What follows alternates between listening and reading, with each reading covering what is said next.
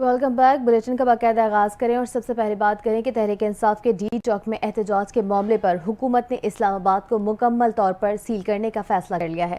ذرائع کی جانب سے جاری کیے گئے رپورٹ کے مطابق پی ٹی آئی کارکنوں کو کسی صورت اسلام آباد داخل ہونے نہیں دیا جائے گا۔ آئی جی پولیس اسلام آباد علی ناصر رضوی کی زیر صدارت اہم اجلاس بھی طلب کر لیا گیا ہے۔ پی ٹی آئی کے کارکنوں کے ساتھ سختی سے نمٹنے کی ہدایت کر دی گئی ہے۔ پی ٹی آئی کے اہم عہدیداروں کے خلاف کریک ڈاؤن کی بھی ہدایت جاری کر دی گئی ہے۔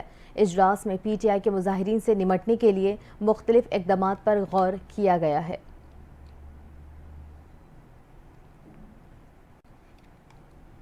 اب کچھ بات کریں گے۔ لبنان کے مزاحمتی تحریک حزب اللہ نے اسرائیلی فوجیوں کے خلاف راکٹ حملے کا دعویٰ کر دیا ہے۔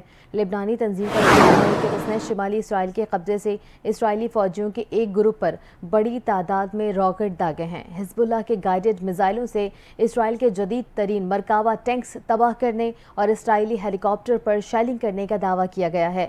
جنوبی لبنان میں حزب اللہ کی اسرائیلی فوج سے شدید جھڑپیں جاری ہیں۔ اسرائیلی فوج نے جھڑپوں میں ڈویژن کمانڈر سمیت 8 فوجیوں کی ہلاکت کا اعتراف بھی کر لیا ہے۔ لبنان پر اسرائیلی حملوں میں مزید 60 افراد شہید ہوئے۔ اب تک 1800 سے زیادہ جاں بحق اور 12 لاکھ سے زیادہ لبنانی بے گھر ہو گئے۔ اسرائیلی فوج نے بیروت کے جنوبی مضافاتی علاقوں کے رہائشیوں کو بھی علاقہ خالی کرنے کا الٹیمیٹم دے دیا ہے۔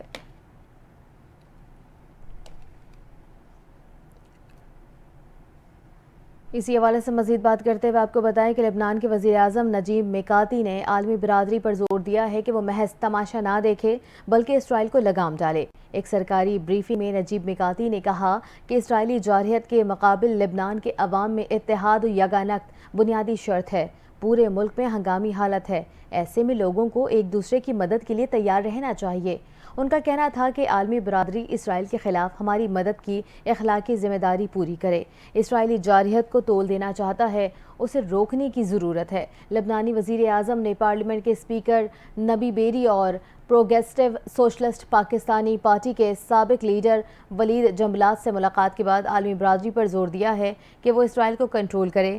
سلامتی کونسل کے ہنگامی اجلاس میں لبنان کے نمائندے السید ہادی ہاشم نے کہا ہے کہ اسرائیل نے لبنان میں محدود پیمانے پر زمینی کارروائی کی بات کی تھی مگر ایسا کچھ نہیں ہو رہا۔ زمینی فوج دور افتادہ علاقوں میں بھی کارروائی کی تیاری کرتی رہی ہے۔ اس حوالے سے عالمی برادری کو صورتحال کا فوری نوٹس لینا چاہیے۔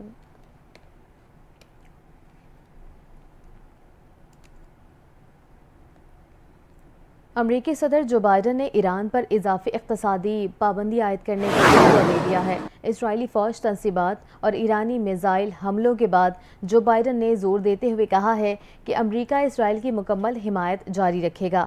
میزائل حملوں کے جواب میں ایران پر مزید اقتصادی پابندیاں لگائی جائیں گی۔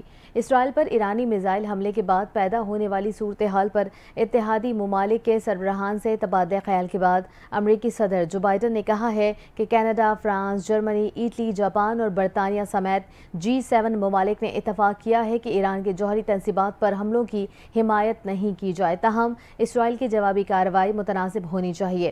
ان کا کہنا تھا کہ پورا مشرق وسطیٰ کا خطہ اس وقت خطرے میں ہے۔ G7 ممالک نے ایران پر نئی پابندیاں عائد کرنے پر اتفاق کر لیا ہے۔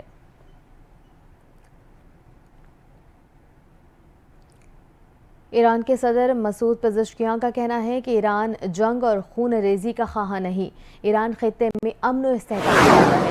خطے میں کشیدگی وسیع کرنا امریکہ اور یورپ کے مفاد میں نہیں۔ ایرانی صدر نے قطر کے دارالحکومت دوحہ میں صحافیوں سے گفتگو کرتے ہوئے کہا کہ اگر اسرائیل نے جوابی کارروائی کی کوشش کی تو ایران کو جواب زیادہ سخت اور طاقتور ہوگا۔ مسعود پزشکیان نے کہا کہ اسرائیل نے ایران کے معزز مہمان کو شہید کر کے کشیدگی کا آغاز کیا۔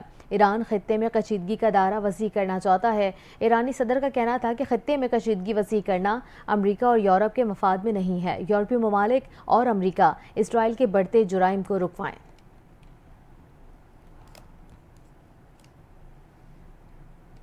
کھیل کے میدان سے خبر شامل کریں۔ آپ کو بتائیں کہ قومی کرکٹ ٹیم کے وکٹ کیپر محمد حارث نے شادی کے بندھن میں وہ بن چکے ہیں اور انہوں نے اس کا اعلان کر دیا ہے۔ محمد حارث کی بارات کی تقریب پشاور میں ہوئی ہے۔ بارات کی تقریب میں دوستوں اور رشتہ داروں نے شرکت بھی کی ہے۔ محمد حارث کی ولیمے کی تقریب آج ہوگی۔ محمد حارث کے بھائی محمد انس کا کہنا تھا کہ حارث کی شادی فیملی میں ہوئی ہے۔ ہم حارث کی شادی سے خوش ہیں۔ ہم حارث کی خوشحال زندگی کے لیے دعا گو ہیں۔ واضح رہے کہ گزشتہ 6 ستمبر کو محمد حارث نے انسٹاگرام پر اپنے نکاح کی خوشخبری سنائی تھی اور ساتھ ہی اپنی کچھ تصویریں بھی شیئر کی تھیں۔